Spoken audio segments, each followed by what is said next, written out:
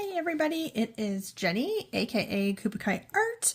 Thought I would hop on really quick and do a quick video on how I do my washi tape sectioning. I probably overanalyze it, look at numbers too much, kind of go a little OCD with it. But this is my kit I'm going to be doing for Drills and Chills and Crafter Treat, and today is October 1st when I'm recording this, so I get started on this officially today. So I thought I'd do a quick video on how I section off and let you guys kind of see that. I have a little tape measure here, and it is one that I actually won from Diamond Nana, so that was fun. Okay, anyway, so I put up my tape measure, and this is a 16-inch by 16-inch. Technically, it's a little bit over that in the drill field, but I just kind of get an idea of how many inches, or how many, excuse me, not how many inches, how many sections I kind of want to have. So since this is an event, I want to try to see if I can cram 5 sections across. I know it's roughly 16 inches up to the top, so I'm gonna, and I've got, I think, 5 weeks in October, but my goal is to have 4 sections, which should be pretty easy, roughly 4 inches each, going from bottom to top. And I'm going to try to get 5 sections across. It's going to be a little off. They're not going to be exact same sizes, but I'm doing that so that I can have a goal of 5 days a week. I get a section done, and then I'll have it completed in 4 weeks. Since I have a time frame on this one, I am being more meticulous on how I section it off. So I did a couple rows already. I kind of went in a little over 3 inches, and then this one I went right at 3 inches, and this one I'm going to go about 3.5 inches. Then I'll have another section that's 3.5 inches, and then this section here will be about 3 inches, give or take. Again, it's not going to be 100% accurate, but I get my washi tape out and I find that mark on my measuring tape. I didn't tear that one very well. Of course, on camera, that's how you do. But so I'm going to kind of go in 1, 2, 3.5, and then I look at where there's a line of a drill mark. So it's not going to be 100% accurate, but I look, and roughly it's going to be about right there. So I drop my washi tape down on there. I move my measuring tape out of the way and kind of affix that bottom portion onto the plastic. And then I start just trying to make sure I follow that line of drill marks on the canvas to try to keep my line as straight as possible. You're going to hear the dog come in and out today. We just made it through those storms, and she's kind of clingy, so I didn't want to lock her out of my craft room while I'm recording and working today. So I think she just walked in, so you'll hear her little feet clitter clatter on the floor. We have that vinyl plank flooring, so she kind of clitter clatters. And she's also due for a nail trim, which is happening tomorrow, so yay! All right, and then I just tear off the top, and then there's my next section. So then I'll get my tape measure out again. Now, please note, when I'm putting the tape measure back on here, you know, I went, I'm going off of this side, so I knew I had put it at the 10-inch mark. And this is the outer edge that I'm looking at. So I hit my 3.5 inches there. And then I'm going to go, so there's my half, there's my 1, 2, 3. So I'll be at the 3-inch mark over here. And I'm going to slide my canvas a hair for you. Sorry, my cover minder's sliding. I want you to be able to see that. So then I'm going to go over to my 3-inch mark here. Get my washi tape ready. And find that line of the 3-inch where those drill field is at. Nope, I didn't do a very good job there. Okay, get me back in line. Okay, so I see it's kind of right there. slide my tape out, kind of get that line set, push the end down, and then I start rolling out and just try to follow that line. And then when I turn the kit, I will do the same, but I'm going to do a 4-inch then. Now, something that is optional, and sometimes I find that I'll do this, is for when I go to cut the plastic cover, sometimes it gets a little floppy on me and when I don't have a washi tape on the outer edge. So what I end up tending to do, and I will shift again, is you'll see I have a double check myself here, put it on the 0. Yeah, I'm roughly at that 3-inch mark. So I have a couple bigger sections and a couple smaller sections on this. There's a big section down on the end down here. And then what I'll do is, just so that I have a washi to hold on to, sometimes I will go ahead and just do a quick line down my outer edges of the canvas. So as I cut and I'm like here, I have some washi tape to kind of get a hold of. Sometimes I find on the edges, if I don't have that washi tape edge, it kind of gets away from me. So I'm sliding down this way. And again, I'm going to go on this outer edge. And this one I don't have to be as, I'm not as, I guess, OCD on this line so much. It's more just a grip to the plastic. So when I pull it up and I cut this section, I still have something to kind of grip, because I find not having something on some of the edges, it can get a little away from me. So that is how I do my washi tape. I'm going to pause, get set up for flipping my canvas, and I will be right back. Okay, I got my canvas turned here, and I'm going to start working on doing my cross sections. So it's roughly that 16 inches. So I'm going to go up 4 so I can do my 4 weeks. And I do what I did on the other side. So here's my 16, here's my 12. So it's kind of right here at that line. I'll stick some washi tape down, slide my tape measure out, and now I've got my start. Oh, my pumpkins are going to be upside down. I didn't do that very well. When I work this row of pumpkins will be upside down. That's okay. Things happen. But I just follow that line up and just try to get it as straight as I can. It just helps my sectioning.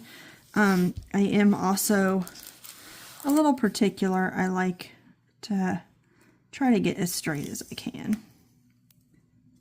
So my sections are good.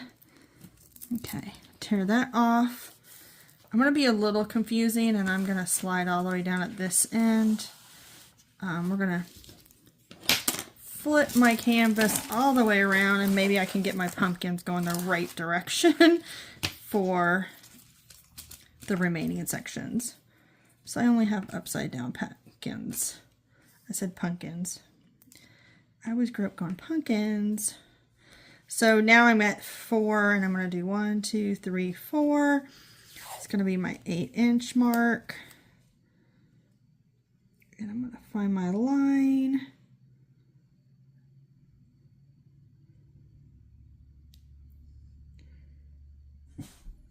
Okay. Put that there. Come off the edge. And now we're going to go right on up that line. And I'll continue this on for the other 2 sections for the remaining couple of weeks of this event. And I've got my line. So I'm going to pause here. Then I'm going to show you how I cut out a section. So hang on 1 second and I'll be right back. Okay, I'm back.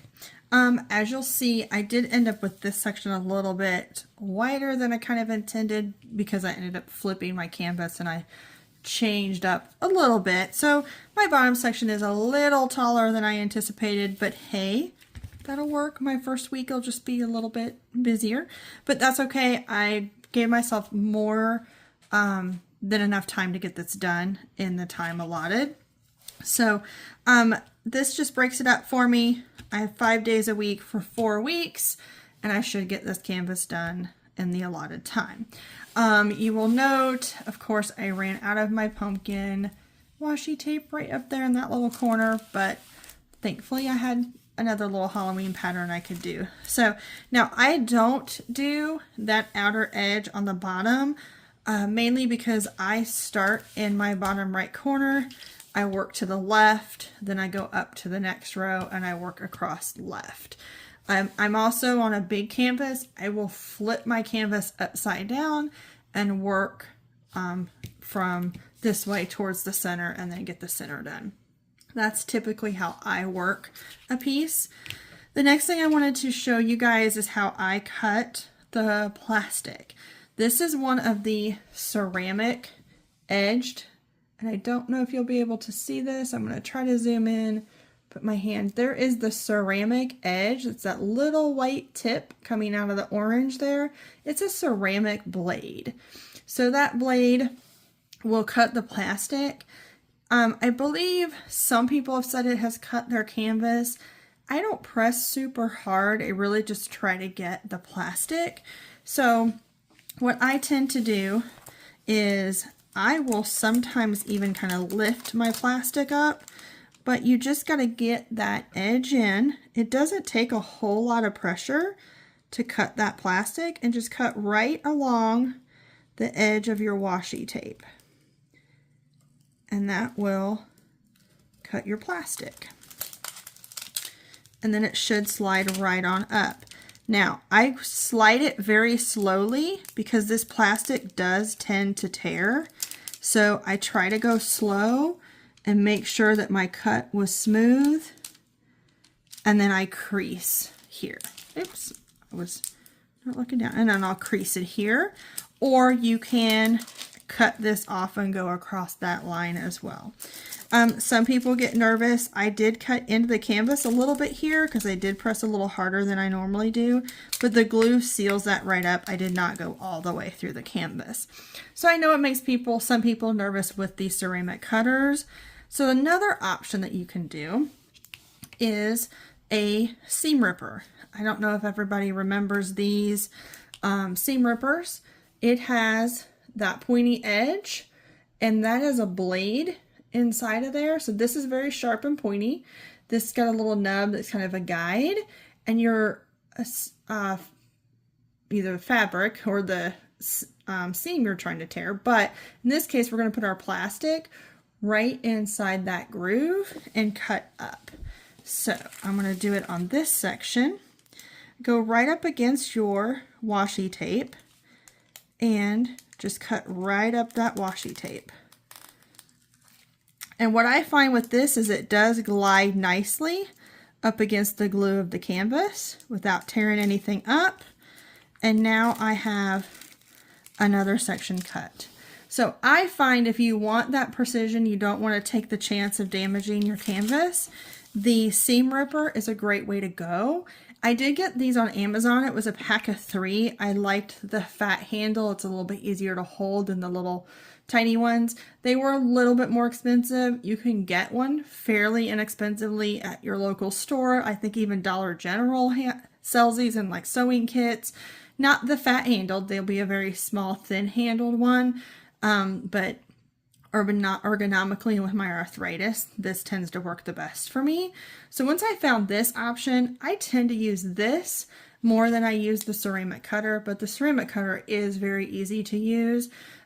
Just, do be aware it will cut the canvas. So you just got to watch your pressure, but it is an easy tool to use. But I find this is much easier. I can guide it. I don't have to worry about the canvas. The only time I'm going to hurt the canvas is if I poke it straight down on that sharp tip. But you're not aiming to do that. You're just going to slide it along your washi tape. So there's a couple of options on how to cut your plastic. Now for me as well, I do my plastic and I do cut, but in between I still use sheets, the release paper sheets. And I will use my cover minder and hold the plastic up. So this is my little Villains cover minder. I actually got this cover minder in a Art and Soul kit that I got. This was one of my cover minders from that. So that's very fun. So I'm going to use that as a Halloween as the Villains. But I've got the Halloween mystery pack of Bee's Crafty Corner release papers. So I'm going to end up covering this all with release papers, but only as I go up. So this will be exposed for me. I kind of work a row at a time. So I'll cover this row with my release papers. And then once I finish this row, then I'll come back up to this one and I'll cover it with release papers. I'm also doing that in part because I am going to add some bling to the eyes and some bling to the hat, and I like being able to see what's ahead. So I am not one that covers my entire canvas in release papers, but I also like to utilize release papers, especially on the row that I'm working on. So you'll see this as you watch my progress post. You'll see this kind of process go as I cover a week and then move up to another week and that kind of process. So I hope this was helpful to some of you. I know some people were asking, how do I section off? How do I cut my plastic? How do I utilize some of these tools in a kit? So I thought this was a perfect opportunity to do a quick video on my process and how I work. So I hope you enjoyed. I hope it was helpful to some of you. Yeah, if you have any questions, don't hesitate to ask me. Shoot me a DM on Instagram. You can also, put a comment on my YouTube, because I will post this video in my Instagram, and then I will also post it in my YouTube.